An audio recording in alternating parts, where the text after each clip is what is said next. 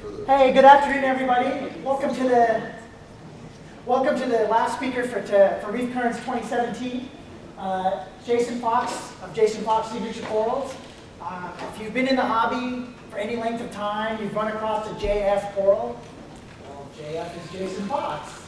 And so they originally came from Jason Fox. And so he's one of the, I don't really even know how you started. You maybe talk about that. But he does an amazing,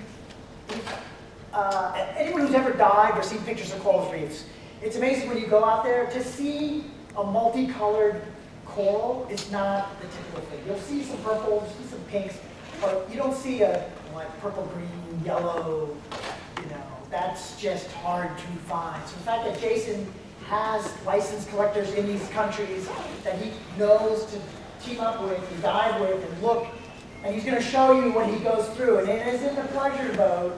It's not a tourist dive boat. These are pretty sketchy, actually.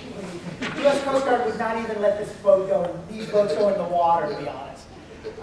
So with that, without further ado, Jason, thanks for speaking for the first time at our club. Thank you. Thanks for having me.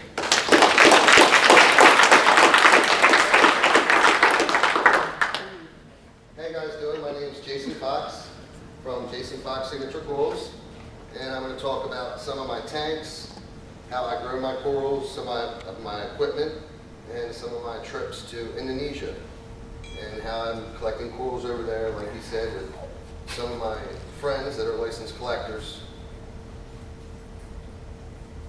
And if you haven't seen it, this is my website.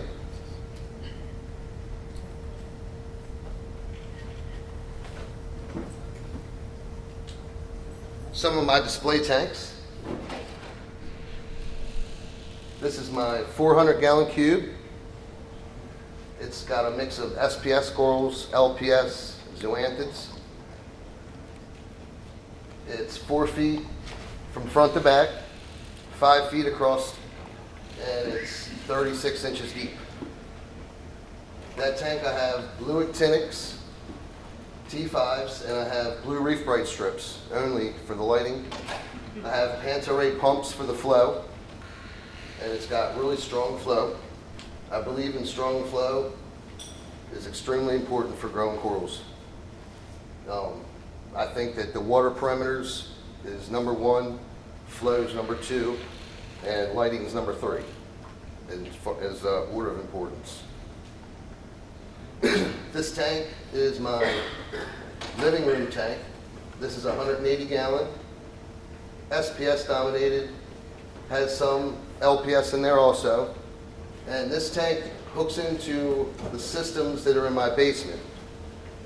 All my propagation vats and tanks are in the basement. It's about 3,000 gallons. And this one in the living room upstairs, I drilled holes in the floor. So it goes down into the sump, which my wife freaked out about, but it makes it nice because there's no equipment in the living room. My kid keeps all her toys on the stand. So this tank's the 700-gallon. That's my largest display. This tank is 11 feet long. 36 inches from front to back, and 30 inches, actually 27 inches deep from top to bottom. And that is SPS dominated. On that tank I have blue reef bright strips, actinic T5, and I also have halides that are on for 3 hours a day. And living room tank, I have the same lighting as the 400. Just actinic T5s and blue reef bright strips. On the 700-gallon tank, the lights are on for 12 hours, the LEDs. The T5s are on for 10, halides for 3. And the halides are 250 watt, 20K bulbs. I have a lot of flow. I have Panta-Ray pumps in there, which are German pumps. They're real high quality. Pretty much all the pumps in my facility are Panta-Rays. I have a couple MP40s, but mostly it's all Panta-Ray.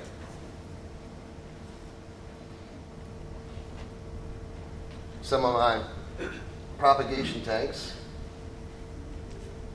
I have 3 4-foot by 8-foot propagation tanks that are 12 inches deep. I have one that's 3 feet by 6 feet that I take photos out of, and what you see is what you get frags from the website are in. And I have one that's 8 feet long and 3 feet wide, and it's deeper. It's 20 inches deep. And I have a lot of flow in these vats. Obviously, I turned it off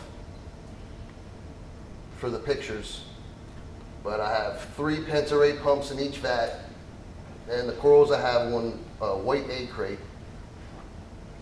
On this bottom vat, I even have some colonies growing in the end, because I didn't have any room in the displays.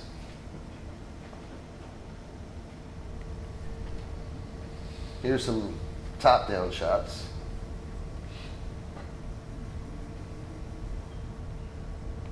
There's the famous jack-o'-lantern Leptoceras.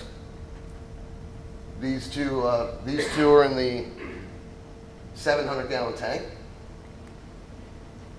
There's Worldwide Corals grafted cap. I got my first frag of that from Victor at Worldwide Corals, and that coral originated in SeaWorld, Orlando. It had a little bit of the green in it, and he cut the green out of the red, and the green grew out more until it was even pattern. And me and Victor are growing these colonies of this out. It grows really fast. I probably have 3 or 4 colonies of it. Probably 100 frags in my propagation vats. So there's another shot in the 700. Some zoanthids and acroporas. Here's in the 400 cube, the Halloween chalice and the green goblin and acropora. 2 acros in the 700. Grape juice and original strawberry shortcake. And this acro is the serial killer acro. This one I found myself diving in Indo in 2013.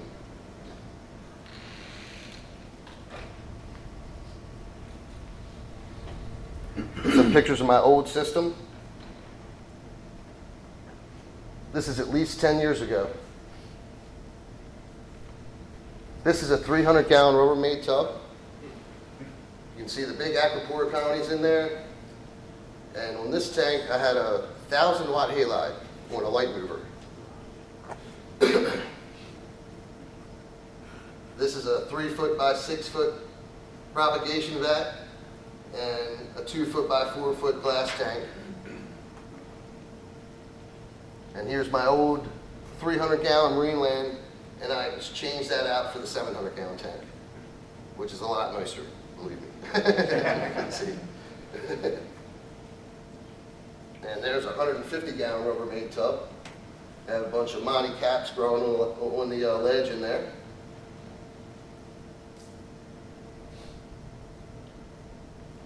My 700-gallon tank. Here's some pictures of when we were setting it up. Tropical Aquariums from Miami custom built the tank for me. They drove up from Miami to Baltimore, Maryland, where I live. And I had, I think, 13 people to get the tank down to my basement. It had to go down a flight of stairs, not a long flight, probably 6 or 8 steps down into the basement. And it weighs at least 2,000 pounds. So it was nerve-wracking, to say the least.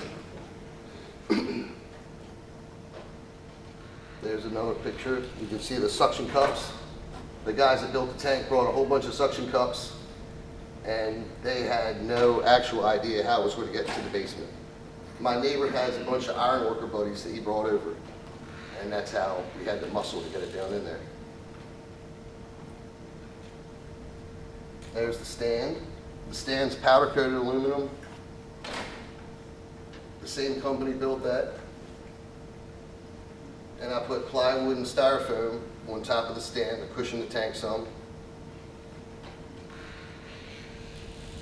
There's right when the tank was set up. No water in it yet. And here's my daughter Arabella swimming in it.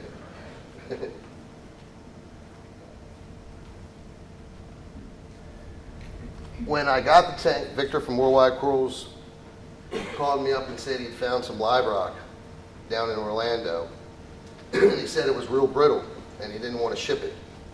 So within 2 hours of finding that out, I hopped in my van and drove to Orlando all night to get the live rock. And then Victor rode back with me and I drove straight back home. So I was only gone for 36 hours maybe. And it's a 14-hour ride down to Orlando from my house, so.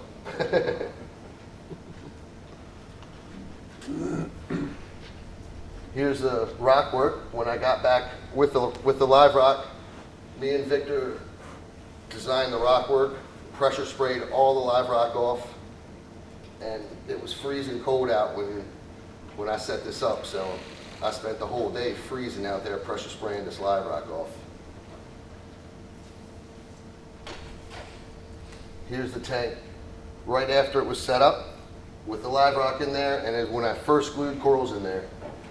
You can see the halides, but I didn't even get the blue Reef Bright strips on there yet. I got one set of T5s on one side, but I didn't get the other one set up yet. And to block the light, I've got a pond liner that actually hangs down, and I can flip it up to block the light from getting in your eyes. And it's easy because you can work in the tank. You just flip that black pond liner up and you can get in there and work.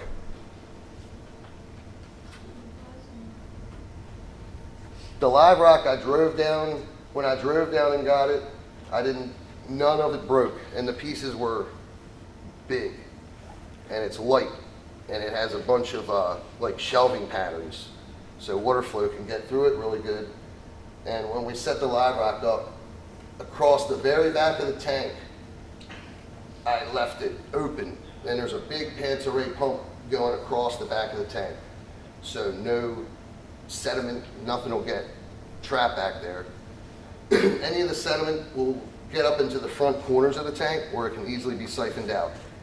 And I run all bare bottom tanks because the amount of flow that I put in these tanks, if I had sand, it would go up on the corals. And out in the ocean when you're diving, when you see sand, you don't see corals. Corals are only growing on the rocks. So when we're out looking for corals, when you just see the white sand bottom, just keep going until you see dark areas, and that's usually rock that the coral's growing on. Because any coral in the sand is going to get sand from the current, is going to blow on top of it and it'll kill it.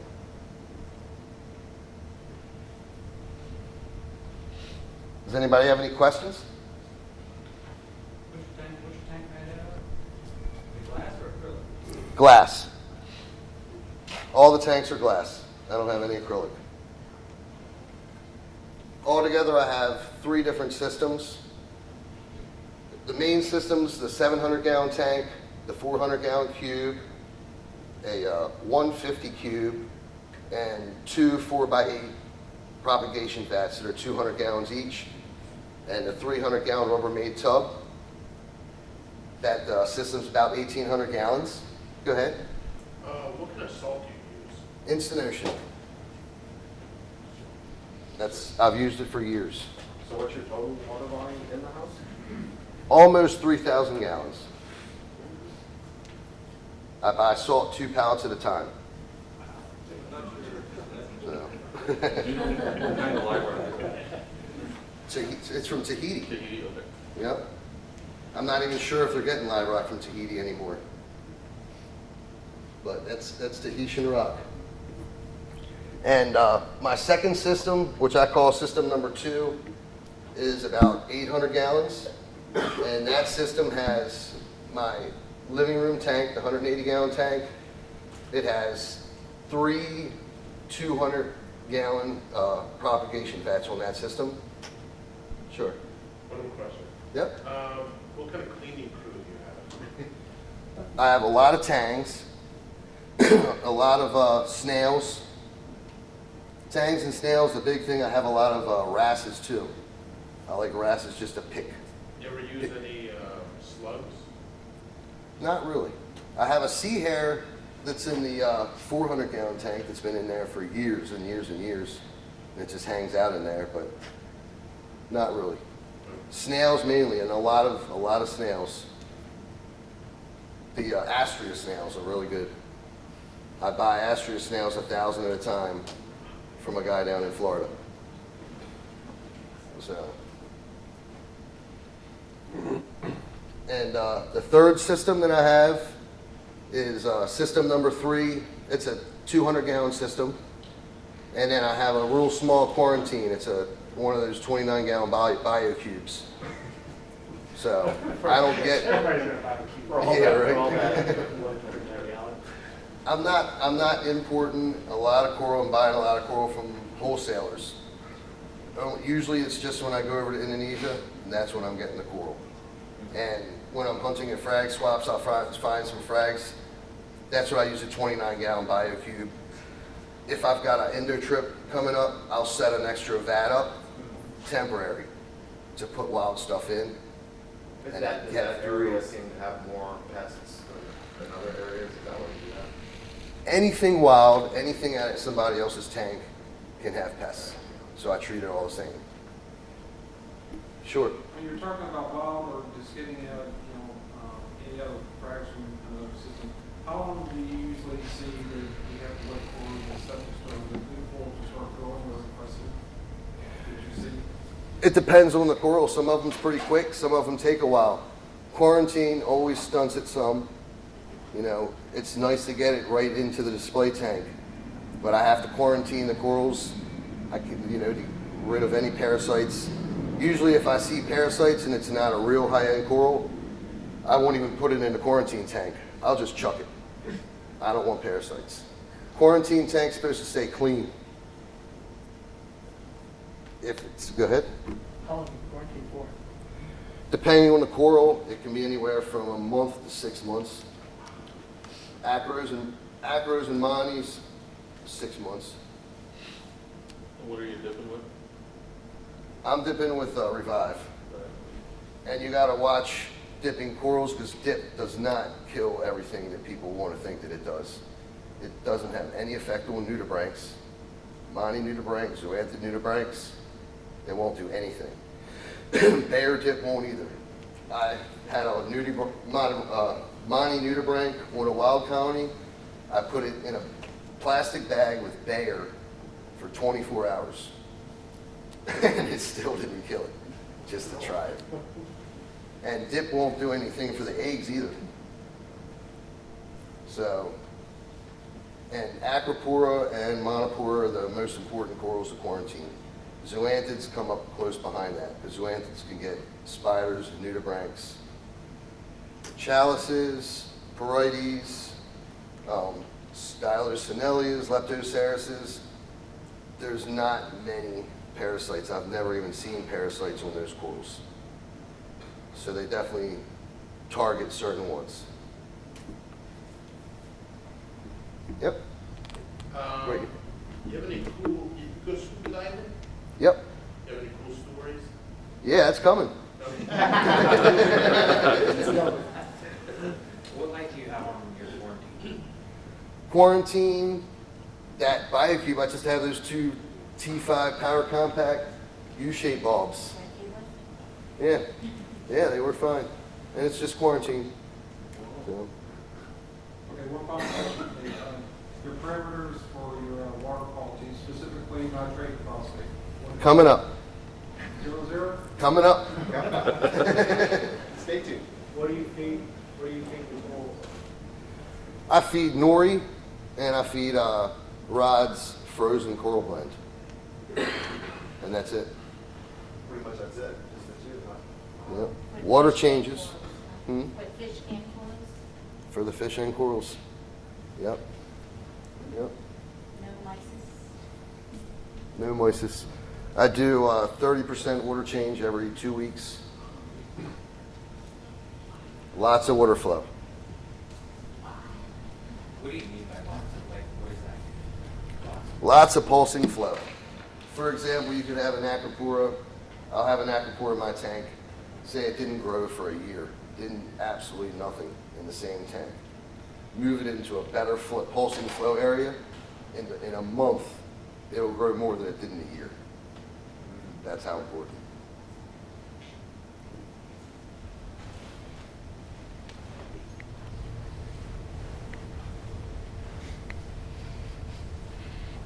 Here's the 700 a couple months after it was set up. It's got a black starboard, which is like cutting board in the bottom. And the company put it in there when they made the tank. So it's siliconed in the bottom. And it's got an external overflow. I don't have any internal overflows in any of my tanks except the one 150-gallon marine land cube. I like the external overflows so I can get that water going across the back of the tank. When you have an internal overflow, it kind of makes it a little more difficult because you have the corners where you can't get the water to flow across.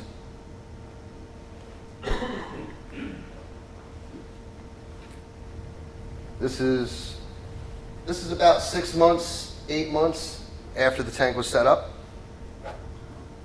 And it's been set up for almost 2 years now.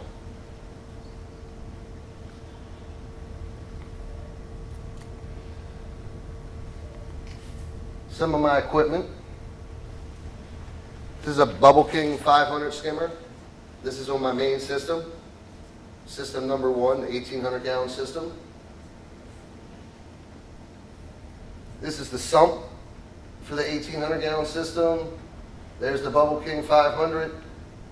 Geo's calcium reactor. That's the biggest calcium reactor that they make.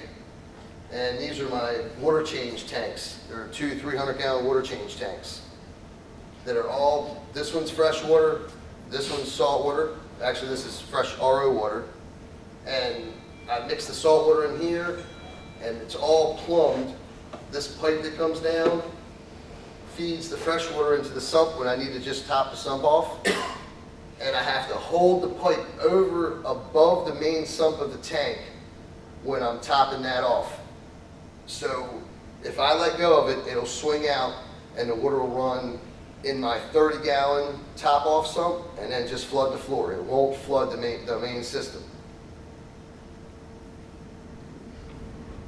And I have it super simple. I have a tsunami top off and I have a 30-gallon tank. Then that's my top off water. When when the water level goes low in the main sump, there's a vacuum switch that pulls a pressure on this, and that just turns on a power head in a 30-gallon tank, and that pumps the water in. If something's stuck, I get 30 gallons pumped in, and that's it. I won't have a system crash. So there's no way you can flood any of my systems with fresh water with a mistake. I don't use any controllers. All timers, a Ranco controller for the heaters.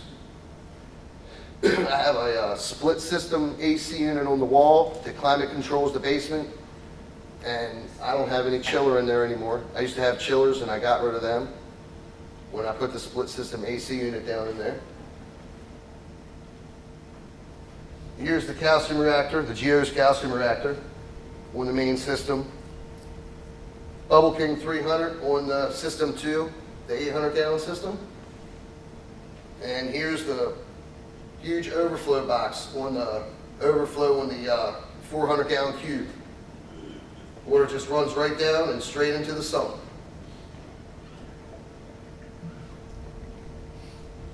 Here's some of the lighting. This is one of my 4x8 propagation vats. And on this one I have blue actinics, blue reef bright strips. You can see the water, how the water's churning in there with all the flow. And this is the 400-gallon cube, same thing. I've got 5 blue reef bright strips, 6 actinic T5s. And that's all the light that's on there, and I have acropora throwing like crazy. Lots of water flow. Here's the 700-gallon tank. You can see the halides down the middle that are on for 3 hours. Blue actinics, 10 hours. Blue reef bright strips, 12 hours. Here's my 3 by 8 foot propagation vat that's 20 inches deep. And I have a couple pink bulbs in this one. And then the actinic T5s and the blue reef bright strips. With SPS, getting a little bit of pink or a white bulb in there can never hurt. A little bit extra spectrums for acros definitely can help. What's the distance from bulb to water? The bulbs from the water in these vats, I think it's about 2 feet. About this far. You measure par level? Yeah, I was gonna say, you measure par and. You know, I've got a par reader. Not really. I mean, I just look at the corals and see how they're doing. And par is helpful and it's not helpful. You can't just duplicate somebody else's par. How much light corals can take depends on how much nutrients your system has. All systems are different. If the tank has more nutrient, the corals have more food, you can push them with more light. If you're running less nutrients, it seems that I found it can take a little bit less light. So when I'm running my systems a little bit cleaner, I even back the halides off from 5 hours to 3 hours, and that's where I'm keeping them for now. Sure. What is your opinion on LED only illumination? I've got one of my vats, I have just Hydro 52s. I have 6 of them in one of my 4 by 8 propagation vats. LEDs, I like them. I think that it should have a little bit of T5. I've had better results adding a little bit of T5 with the LEDs. For the Hydro 52s, what's the settings you keep on throughout the day? On that one, I'm running the whites, the reds, the greens. I think it's only like 5 to 10%. And that's for 5 hours. And I'm running the blues, and I think it's a royal blue and the 2 different blues. I'm running them at it's 100, 180 or whatever the full maximum for. How do you do it from the start to the beginning of the day? In the beginning of the day, it comes with the whites and all the colors just on 10%, but the blues and the purples on 100%. And then later in the day, 5 hours in, the green, the red, the white, they turn off. So it's just all blue. And I do it that way because I like looking at it in the blue. So when the end of the day and the evening's coming, it's all blue. And how many hours? Altogether, 10 to 12.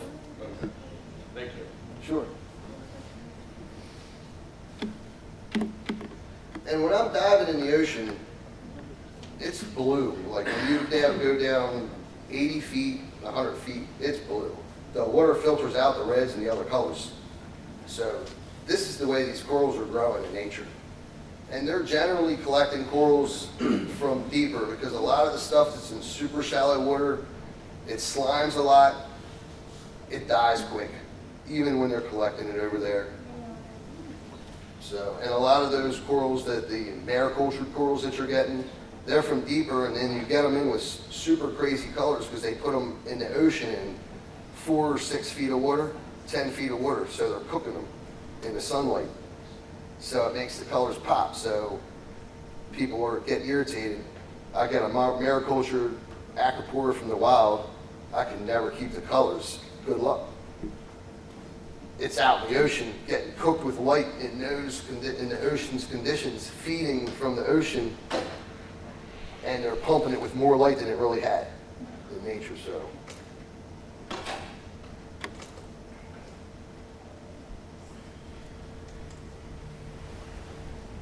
some of my water parameters. I keep my alkalinity around 8 to 9 DKH. The main thing is stability. Each system's different.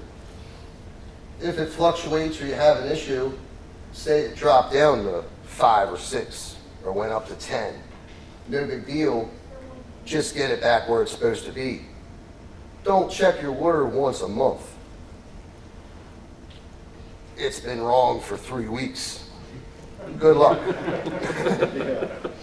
If your water parameters are staying stable, check them every week. But when you're finding your test isn't where you want it, start checking it every day until you get it where you want it. Then check it every week. And there's nothing wrong with checking it every day. Nitrates, I'm keeping at 5 parts per million. It doesn't have to be at 5 parts per million. That's just where I'm keeping it. Like I said, every system's different. If you're having good luck keeping it at 20, 30, keep it at 20 or 30. Calcium, I'm keeping it at 450. Now, I was keeping it at 550. And I was keeping my magnesium real high to knock off bryopsis algae, which everybody's had problems with, or a lot of people have had problems with. They came out with this new pill, fluconazole. I don't know exactly what it's called, but it's on Reef to Reef. You can research it. You put that in, it's $1 a pill. I think you put 1 pill for 20 gallons. Your bryopsis will be gone in a week, and you'll never see it again. It'll never come back. So after I learned that trick, now I'm keeping my calcium a little bit lower, and I'm keeping my magnesium a little bit lower. But calcium anywhere from 400 to 500 or even 550 is fine. Magnesium right now, I'm keeping it 1400. How frequently do you test your mag? Every week. When you add water, typically these levels aren't so high. Are you supplementing the water before water changes, or how does that work out? I'm doing it 2 different ways. The water change water, I'll supplement. I'll put calcium in it, just like Brightwell calcium pellets. I'll supplement the water change water with that, and I'll boost it above what it's supposed to be. So then when I change the water, it equals out the tank and raises it up to where I want it. And I'm also doing the same thing with magnesium. You can pretty much use any kind of magnesium. I was using Tech M. They changed the ingredients in there that stopped killing bryopsis. That doesn't matter anymore. But when they changed that, I switched to Continuum. That had bryopsis killing effects better than the new Tech M. That doesn't matter anymore either because of that pill. So bryopsis is a thing of the past. So magnesium, you can pretty much use anything, in my opinion, but I'm using Continuum. Phosphates, 0.02 to 0.08. If the phosphates, sometimes on my system 2, it's 0. Sometimes it's 0.03. My main system, the 1,800 gallon system, it'll stay around 0.06 to 0.08. Sometimes it'll go higher. When it goes higher than that, I just hit it with an extra water change. If you still can't get it down, you can run GFO. Bulk Reef Supply, high capacity GFO will knock it down, but I like to do it with water changes. And use RO water. If you can't get it down with water changes, test your water change water to make sure you're not getting phosphate somehow in that and adding it to your tank with water change water. So,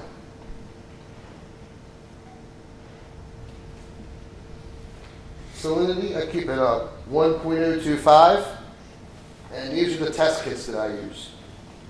I like Salifert.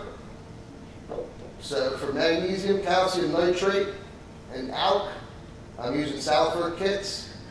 I use the Hanna checker for phosphates, and just a high quality refractometer. Make sure the hinges in the refractometer don't stick. Rinse it off with fresh water when you're done. When those hinges start to stick, it's not going down flush and you're not getting an accurate reading. When the hinges start to stick, I'll hold down on the end of the lens like this and look through the refractometer, and that'll hold it down, hold them tight together to compress the water so you can still use a half worn out refractometer and get accurate readings. And then just check it by testing your RO water, it should come up with 0.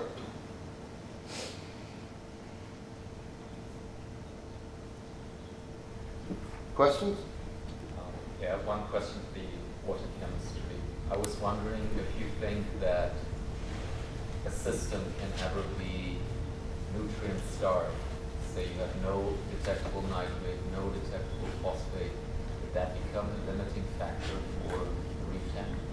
The tank can be nutrient starved, or it can be a well-established system that's pulling them down itself.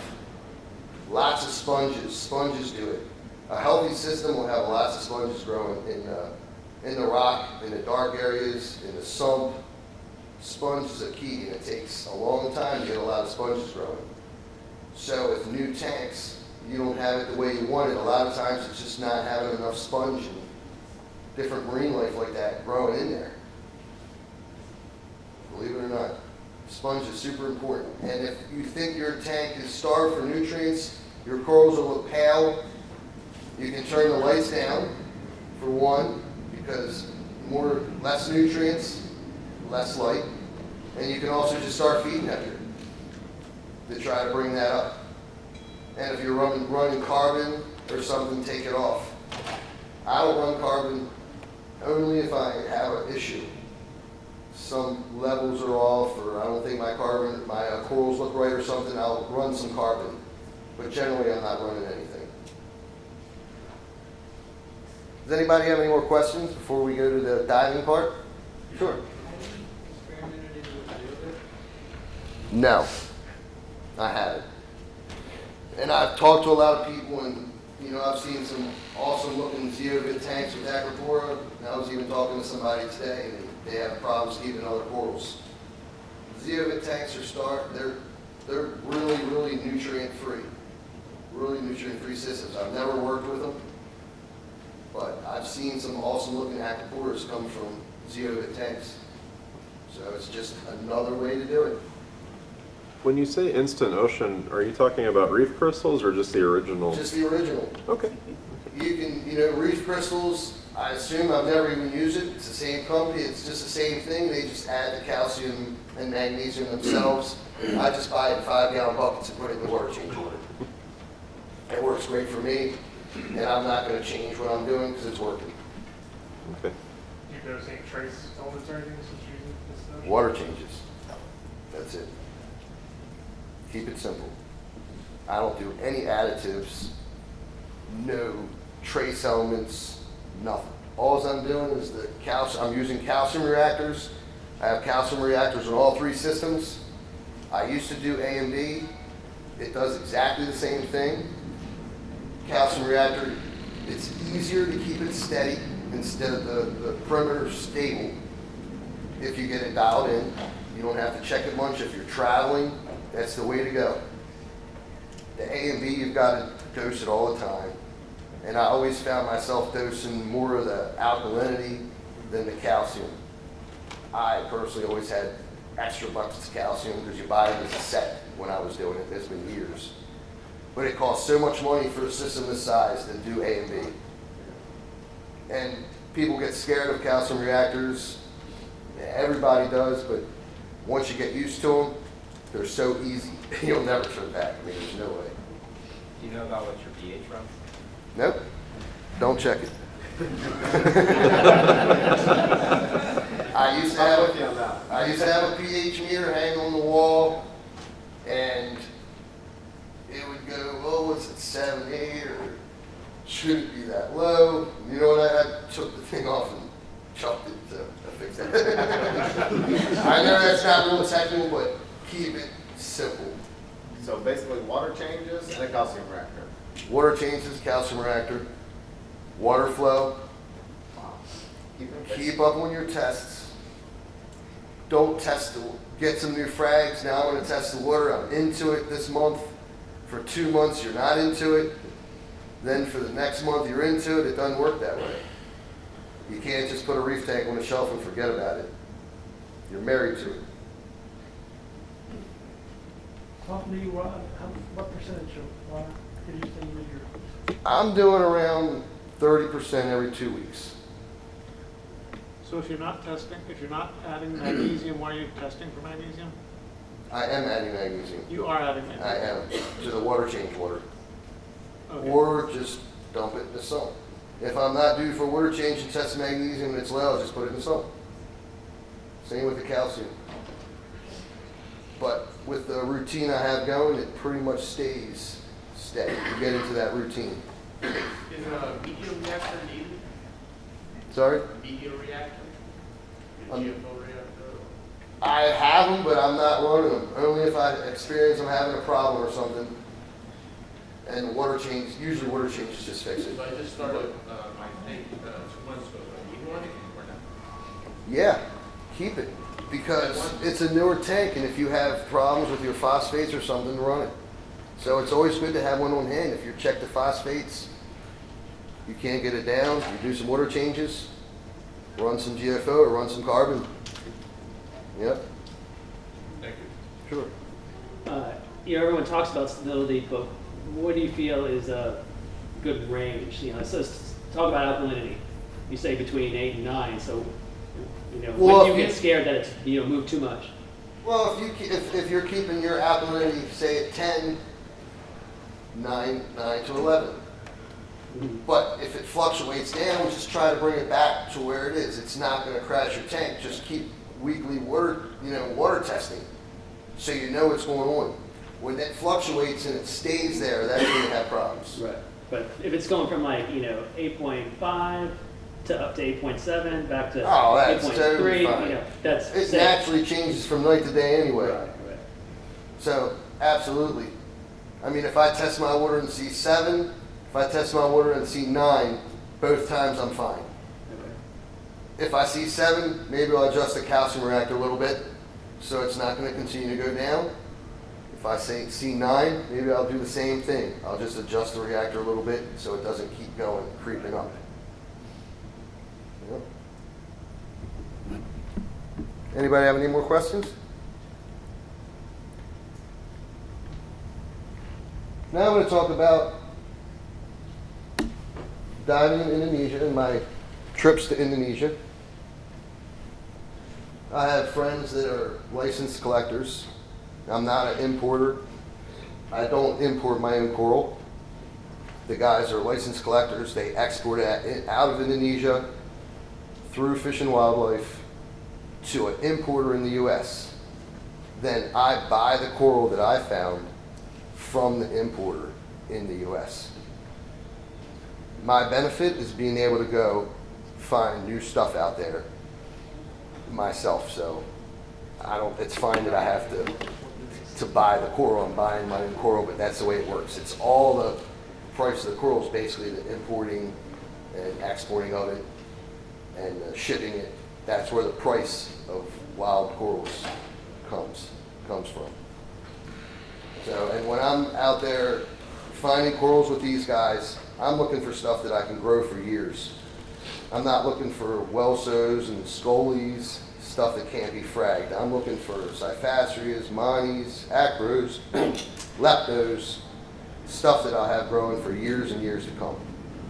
And I let them get the colors they're going to get in captivity through quarantine before I start taking pictures of them.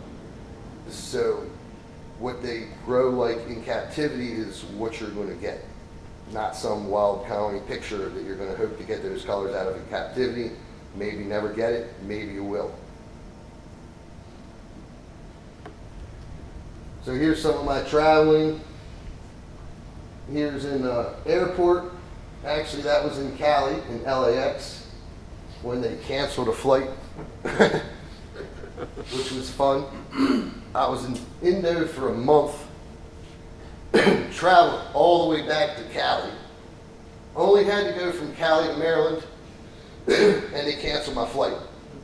And that was about at 8 o'clock at night. There were no more flights going out, so I slept on the floor in the airport until 5 a.m. And after that traveling from Indo to the U.S., that was the worst time that could have happened. And then here's a picture of this is Indo, out of the airplane. Same with here. Here's some statues in Indo. Here's a cave. And there's me. Some of the food that I'm eating when I'm traveling over there. Of course, grilled fish, McDonald's. On the mainland, there's McDonald's, and if I'm passing McDonald's, I'm stopping and getting a Big Mac. I don't really even eat McDonald's much here, but that Big Mac tastes so good when you're over in Indonesia and been living out in those islands for 2 weeks. Whoop, sorry. So the fish that I'm eating over there, they usually spear fish. They'll take a spear, so when we're down collecting coral, they'll catch dinner while we're collecting. And they'll spear the fish. Same with the lobster. They'll spear the lobster. And those guys were catching all kind of stuff. They were eating octopus, squid, pretty much anything. I even ate a Maxima clam over there once. It was disgusting. I don't recommend it. What's that pink fruit? The pink, that's dragon fruit. And this picture here is what the outside of it looks like.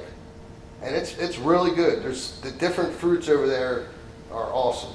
That's one of the highlights of being over in a country like that. It's the different fruits you can get.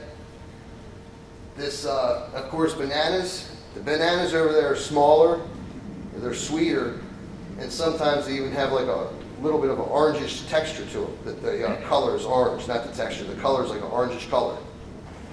And this is called rambutan. They're red and they're like soft spikes on them.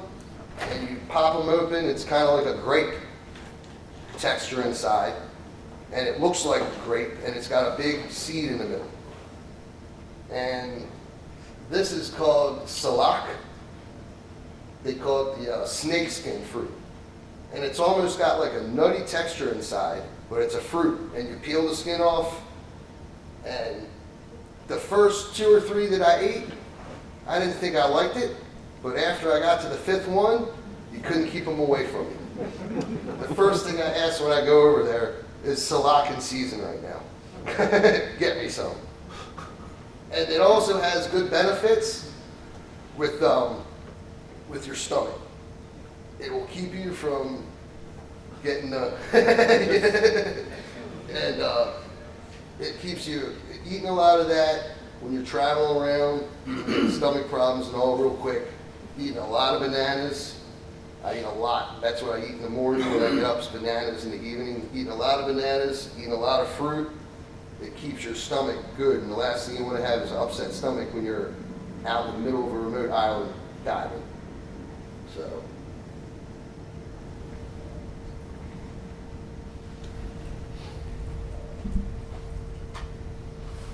some of the people that I met out in the islands. Here's some just of the islanders out there, and this is a guy I was diving with.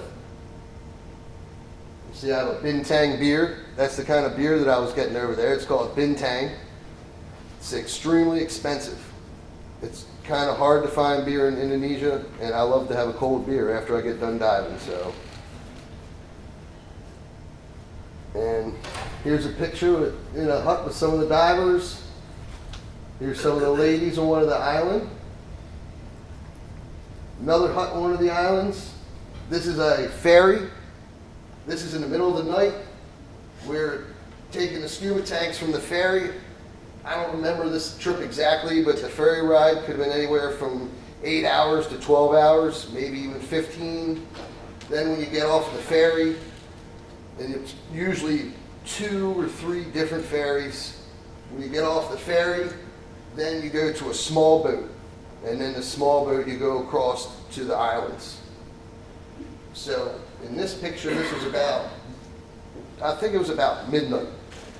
And by the time I got to the one island, it was about 4 or 5, 6 in the morning. The sun was just coming up on this particular trip.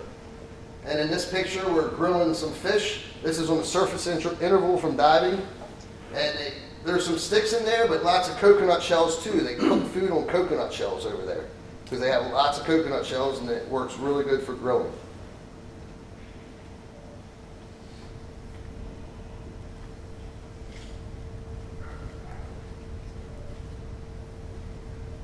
This is officially the smallest boat that I've ever been on.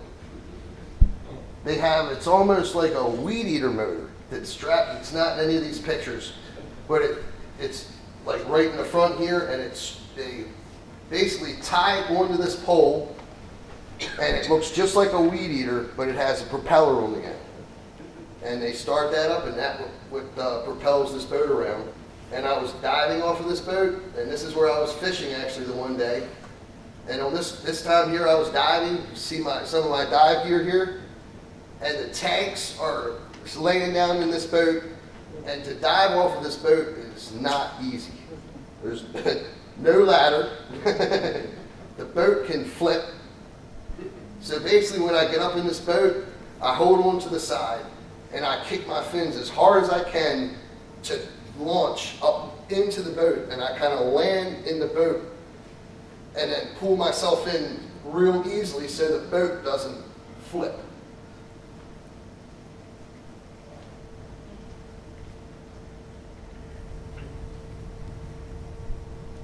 Some of the transportation around Indo. Another couple more ferries here. This is on a smaller boat. This is the type of boat that I'm normally on going island hopping between the islands. Another ferry. I don't remember the name of this cart, but I just rode in it for the fun of it. But that's a cart that you can pay somebody to push you around in if you don't feel like walking. And another ferry there. New message is received from Lisanne. And this is the boat that I'm diving on. This is a video. I'm going to show you the video. I'll probably cut the video off short. There's some other videos in here. I'm not a professional at taking videos. These videos were just taken on my iPhone, and they kind of run on. So I'm going to stop them. But if anybody wants to see them at the end after I'm done, I'll play them. And this one's the one where we're going to turn the volume after I play it for them. And you've got to play it. Your cue.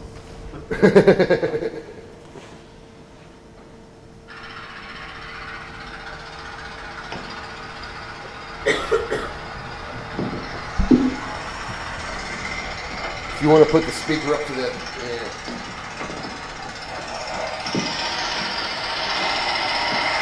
multiply.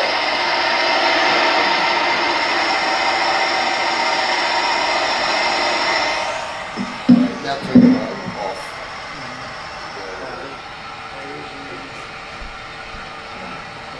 So multiply that sound by about 100, and that's how loud it really is. Your ears ring. I mean, it's crazy. And then the exhaust smell. These are two engines. There's some Chinese diesel engines they have in the boat. And if you've seen the old Model T car or whatever where they got to crank it, that's how they started. They hop down in there and crank it. And this boat has two motors. When they'll start the first one, then start going, and then the water going by the propeller will actually start the second motor. And they're extremely loud, stinky, it'll give you a headache. Go ahead.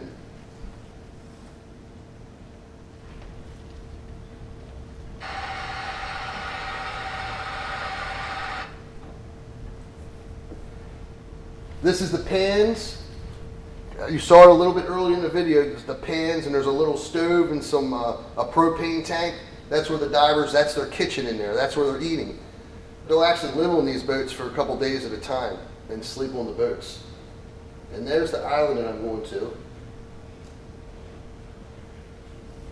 And that's what the boats look like. I mean, they're scabbed together, wooden boats, and there's nothing safe about them.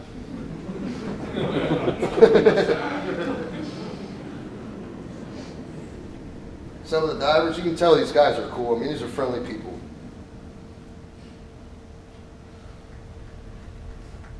All right. So I'll end that video for now. So you get an idea what the boat looks like.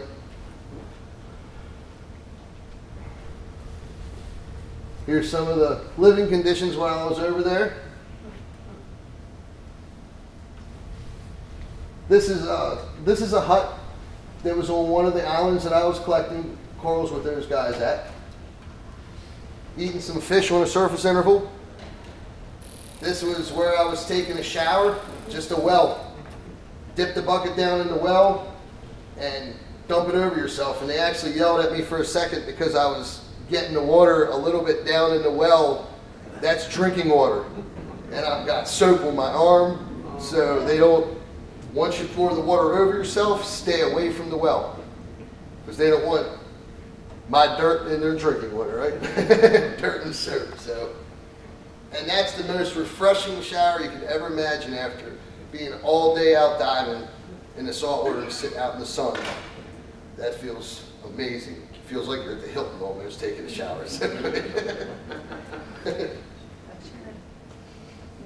And some of these islands where they collect regularly, they set up these cement vats and they hold the coral in there. They have a pump and a generator. They take the pump and the water, if you can see the water right through this bamboo, the ocean's right on the other side of this. They'll take the pump, stick it in the ocean on high tide, pump water into these to fill it when we get to the island. Before we go out collecting the coral, they'll fill these with salt water. And if we're there for 3, 4, 5 days, they'll drain them when it's high tide and then keep filling them back up. They just start the generator, stick the pump in the ocean with the hose coming to it, plug it into the generator, and change the water that way when we're out there. And they also clean the sponges and all the other stuff off of the corals out there, usually, if they're not lazy, before they bring it to the mainland to the exporters. Because all the corals that you get from the ocean have sponge and all kind of stuff that will rot when they're trying to ship it, and it'll kill the corals. So they have to spend a lot of time cleaning those corals. Those corals go through a lot more work cleaning, traveling in Indonesia than coming to the US. They travel for days in those islands on little boats, buses, everything. I mean, it's amazing how much those corals travel over there before they even get packed to get shipped over to the US or other countries. Just some of my clothes in my bag in one of the huts. Basically this yellow bag and my dive gear is what I'm going around with. I take some emergency food, some noodles, stuff like that, some little bit of canned stuff if I have an emergency, but usually my emergency food's bananas. You can live on bananas. You take your own bottled water? They have plenty of water on any island. They'll drink out of the well, but they also, every island has water that's delivered. And a lot of those islands, they get stuff like water and the little bit of essentials they need to live. They're fishing villages. So they'll fish, sell the fish to buy some stuff to live on. That's the economy over there.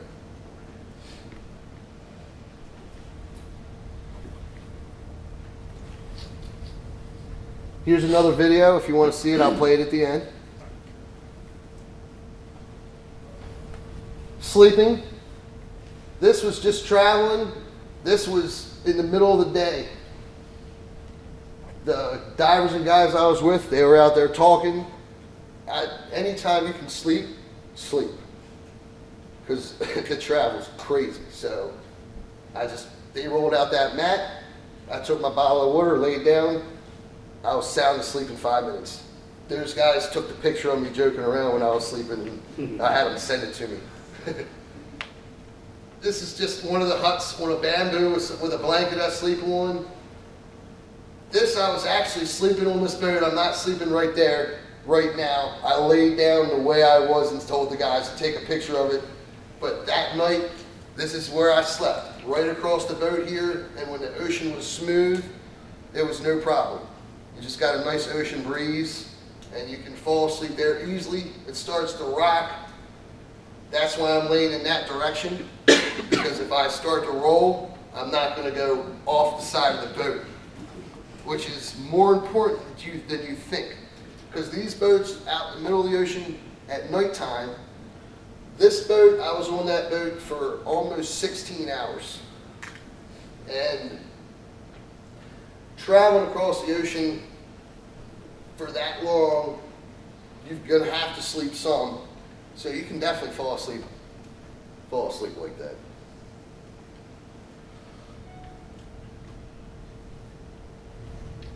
Collecting corals. Main reason that I'm there. 2 baskets of acropora. This is out on the dive boat, and these baskets the collectors take down with them. So when they're collecting the coral, they're just putting them in that basket under there. They'll sit the basket on a rock or on the bottom when they're collecting the coral.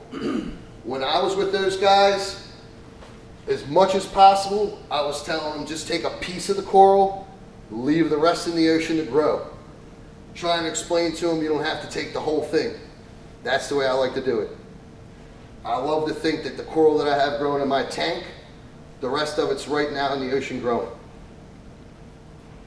So once they fill these baskets with corals,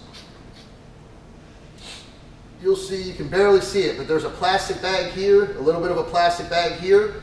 The plastic bag's about that tall. They'll take it and they tie it onto the ropes that are hooked to the basket. Then they'll take the regulator that they're breathing off of and put air in the plastic bag, and that'll raise the basket up to the top. Then the guys on the boat will grab that and they'll bring it into the boat. Once they bring it into the boat, they have styrofoam containers. They take the corals, they just have pieces of plastic bag and they just wrap the corals in plastic and pile them on top of each other. And they have a ladle, they just scoop water in to fill the boxes.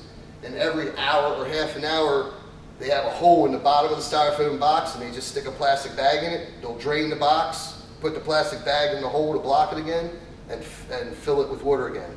So it's constantly changing the water in the corals while we're out there diving.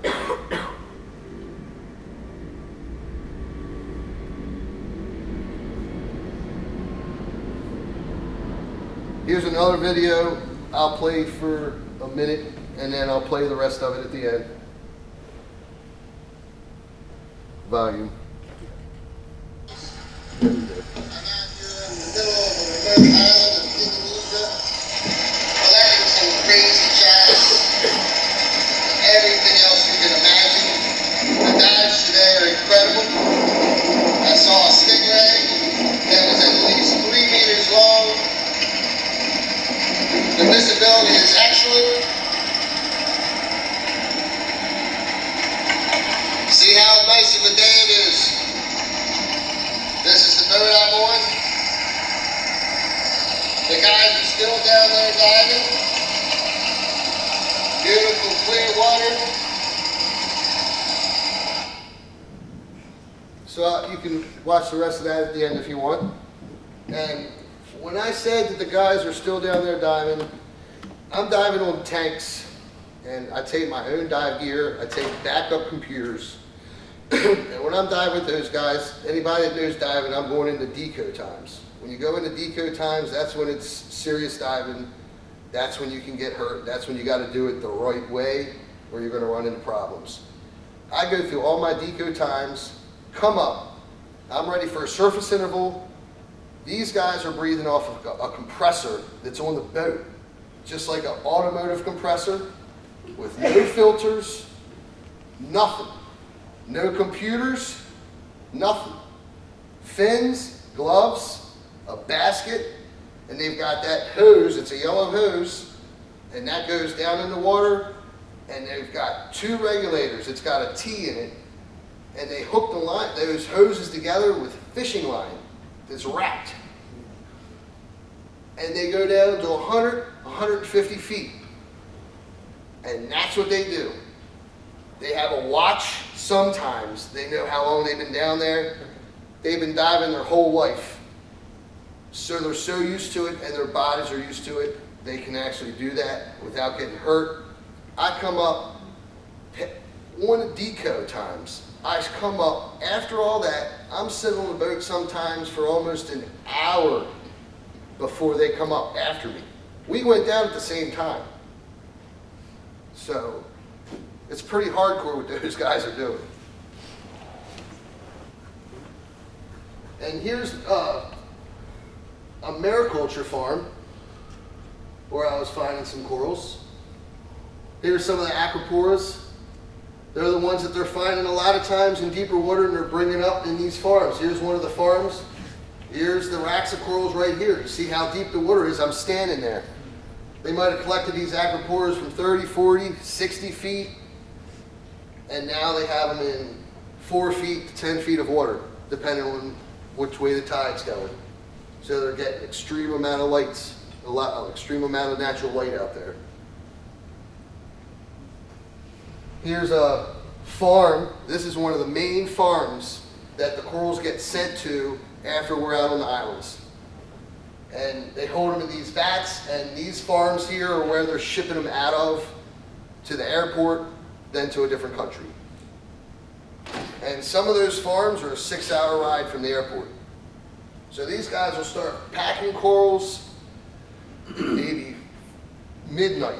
They'll pack corals until 5 or 6 o'clock in the morning. Then the corals go on a 6-hour trip up the road to the airport. Then they sit at the airport clearing all the customs in Indonesia because they get inspected to make sure it's the right species, the right coral, everything in the box is there. Then it goes on the flight, say over to here. Then it waits in Fish and Wildlife to get inspected here. Then from there, it can even get transshipped over to a different state from that it comes in. And that's the journey that these corals go through just coming from Indo to the US. And the trip inside Indonesia is even more time consuming than that. So they travel.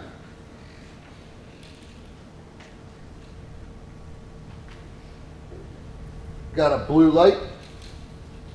Looking at some of my stash.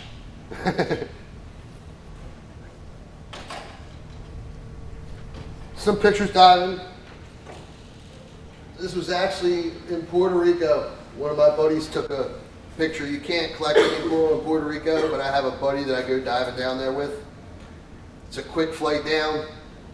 He's a dive master. They have a boat down there I can use, so I can go down there anytime just to get diving out of my system if I haven't gotten over to Indonesia or something recently. So here's obviously over, these other pictures are obviously over in Indonesia. Here's one of the corals I found. I was actually pretty happy about that one.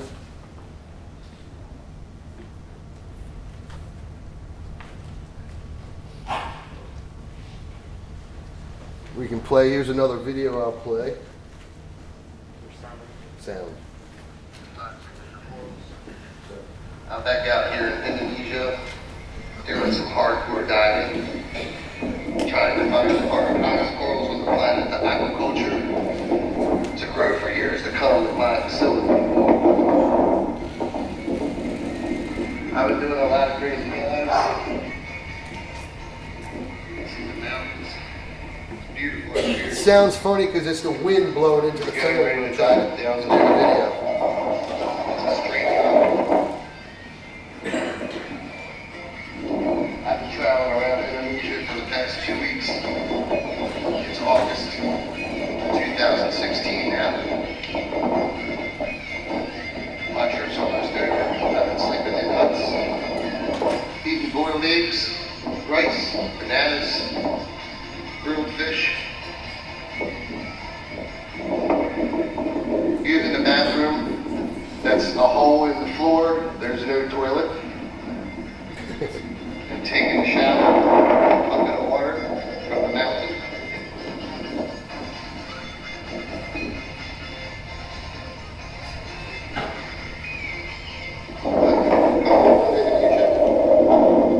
The guys I'm with are real friendly. I love the diving. I've been using my dive gear with oxygen tanks, and these guys have been breathing on a compressor. So I look like a jungle here.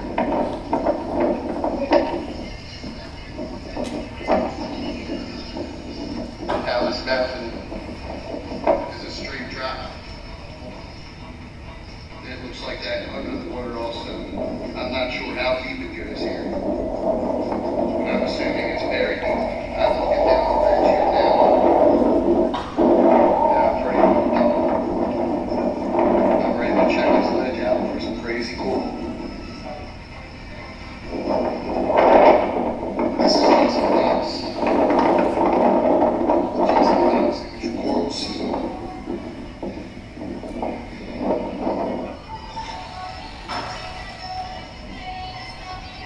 Got my stickers on the front of the boat there.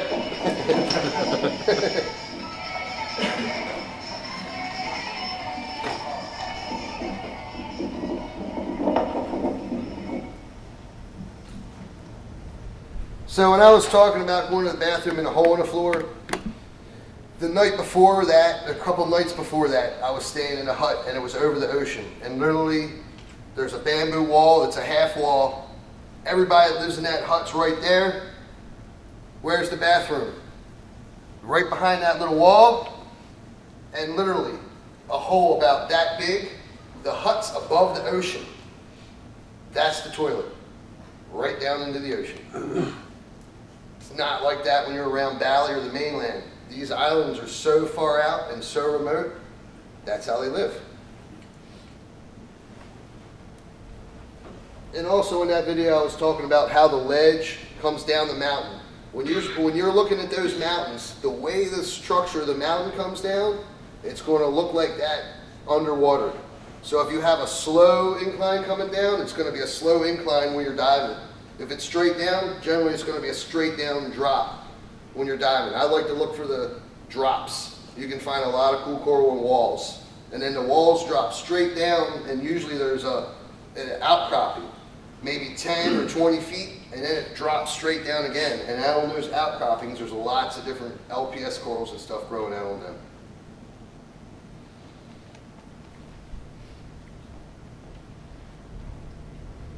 Here's some of the coral that I collected with those guys. These containers of coral here don't have any water in them right now. They just took the corals out of the styrofoam box on the boat, just put them in here without water. Because when they park these boats, the low tide, when they come in, they've got to walk through mud and muck and sand and everything for a ways to get up to the farm where on the island where the corals are being held. So they can carry them, they take the water out, they sit the basket there. I took a quick picture. Then they take the corals and they put them in the cement vats to hold them. And then when they put them in the cement vats, when we're ready to leave that area and go back to the mainland, they'll bag them. So all these corals are getting bagged and put in these styrofoam boxes, and then they're trucked or flown or car by ferry by some sort of transportation all through Indonesia to get to the exporters, the main farm at the exporters. Here's a nice acropora that we found in one day. Here's a basket of some echinophilias and some bubble coral that those guys collected. These corals have been cleaned up, and all the sponge and everything has been cleaned off, and the rock's been cut off of them. So these guys are ready to bag.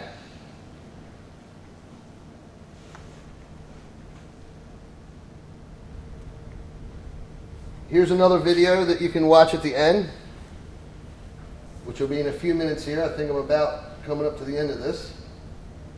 Here's some pictures of me gluing some of the frags. It's the acroporas that we got. We were getting pieces of the main colony. A lot of the colonies were 2 feet across, 3 feet across, 12 inches across, just breaking a branch out of the colony, maybe 2 branches. Then those branches, when we get back to the main farm, cut those branches up and glue them with, this is a kind of epoxy. It's like a clay mortar type of a stuff. And you take this and you put it on the little discs they have and glue the small coral frags onto those, and then they grow them out in the farm there. Some of them they'll grow, put out in the ocean and use as mother colonies to keep cutting off of there in Indonesia. Some of them that I picked out would get imported to me. So using a pair of cutters, just cutting them up and lining them up in these floating baskets and then gluing them on those plugs.